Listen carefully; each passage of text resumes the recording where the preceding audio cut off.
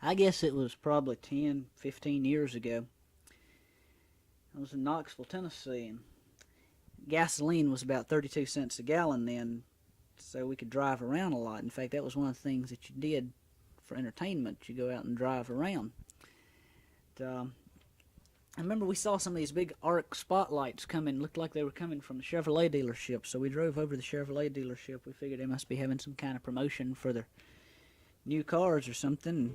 There was nothing better to do in Knoxville, Tennessee on a Friday night than to go look at the new Chevrolets, so we went over there to look at them, and I remember seeing a flatbed trailer truck set up there, one of the big old kind of, they haul logs or stuff for a textile mill machinery or something on, and just about the time we got there, there was this car that had pulled up, and the musicians were getting out, and we knew there was going to be an outdoor concert there. The musicians getting out, there were 3 women in their 40s, and then came this small, older woman. I guess she was probably close to 70 then, and I looked at her, and I recognized right off that it was Maybelle Carter. About 15 or 20 people is all that turned out to the concert to hear Mother Maybelle there singing for the Chevrolet dealership in Knoxville.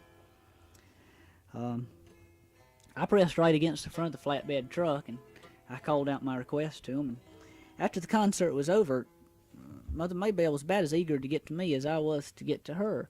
I wanted to go up and talk to the legendary Mother Maybelle Carter, and she wanted to find out why this young guy with long hair was out in front knowing all the Carter family songs.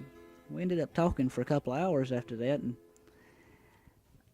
I told her that I'd always wanted to learn to play the Wildwood Flower the way she did. So she got out her guitar without even thinking about it for a minute and clamped her capo on up in the 4th fret, and she taught me to play the Wildwood Flower. And I thought that'd probably be a good place to start this sort of remembrance and tribute to my own musical roots.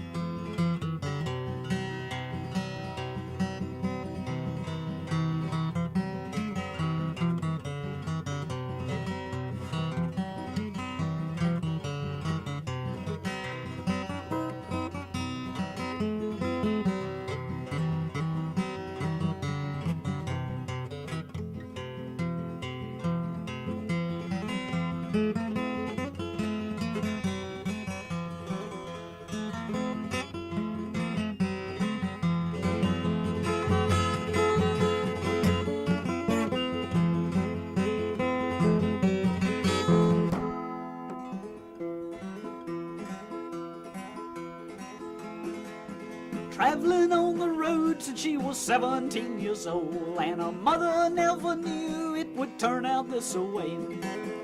From a Scott County church to a Bristol hotel room, every town is different, but every town is the same. And there'll be no more flatbed trailer stages, no more electric fans in high school gyms, no more one-night stands or nights without her man. The last minstrel's coming home.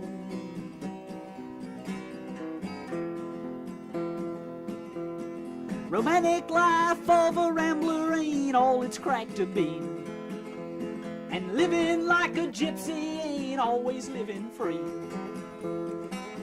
Trying to raise 3 kids on a backseat and floorboard, singing is her trouble, but happiness is her reward. And there'll be no more flatbed trailer stages, no more electric fans in high school gyms, No more one-night stands or nights without her man. The last of the minstrels is coming home.